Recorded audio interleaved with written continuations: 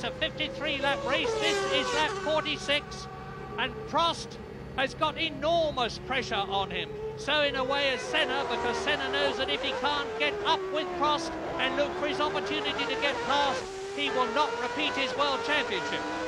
So our car, that's Senna's, as we ride with him, right up on the curve, sectioning out under the bridge down to the short straight. You see Prost is not hurrying into the corners, and that's absolutely the right thing to do when defending a position, because of course hurrying into the corner you can go wide, but he can't overtake on the way in, and then lining the car up to make sure to get the power on early and right, and that leaves your opponent with very little he can do. Back to Mansell, out of the race, but really we would like to see this epic battle that goes on.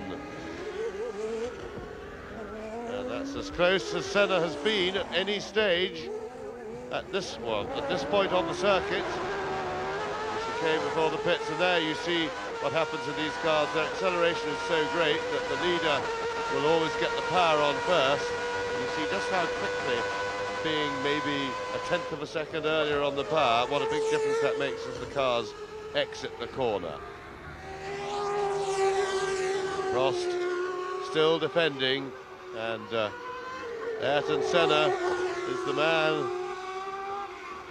now upon whom the onus rests. Has he got something up his sleeve, or will he try? It looks to me as if he has no obvious answer. Will he try something desperate? He's shown himself capable of doing that. Prost is making sure that Senna will have to do something like that, because he is, as I say, going slowly into the corners, getting early on the power, and an anxious McLaren team there, and Senna again closer than ever before. This is Alain Prost, 150th Grand Prix, so he has had experience of just about every situation, including this one. The situation of being in the lead with the second place man treading on his rear wheels almost, and having to resist that pressure, keep his racing line, not go wide, not leave an opportunity and a door open through which Senna would be like a flash. Now, there are very few cars left on the circuit. There's 14 running now out of the 26 who started. And if Prost comes up to any of them, this is the opportunity that Senna's looking for, and he's going through. Ouch! Oh my goodness, this is fantastic. They meet. This is what we were fearing might happen during the race. And that means to say that Prost has won the World Championship. Alain Prost, World Champion of 1989. Well, and just look at this, because Ayrton Senna, who can get going again, but he's been pushed, that's outside assistance. And I'm afraid to say that that is all over for Ayrton Senna, and it was his own fault because of the slow corner. He wasn't past Prost, and he went into a gap, and Prost had every right to turn into him there. And I'm afraid that was self-inflicted. Senna has got going again. He's back on the track, but he will for sure be disqualified for receiving a push start there.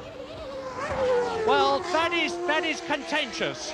The rule says that you can be pushed if you are judged to be in a dangerous position. So it could well come down to a steward's decision of some kind, but look at the problems that Senna is going to have with car handling. And now, of course, Alessandro Nannini is very much in the running, and it could be that we're going to see the Benetton Ford winning and a Benetton winning, and Senna is still leading. Senna with this twisted nose cone and very dodgy handling, and it's coming to pieces. He's going to have to come into the pits to have it replaced.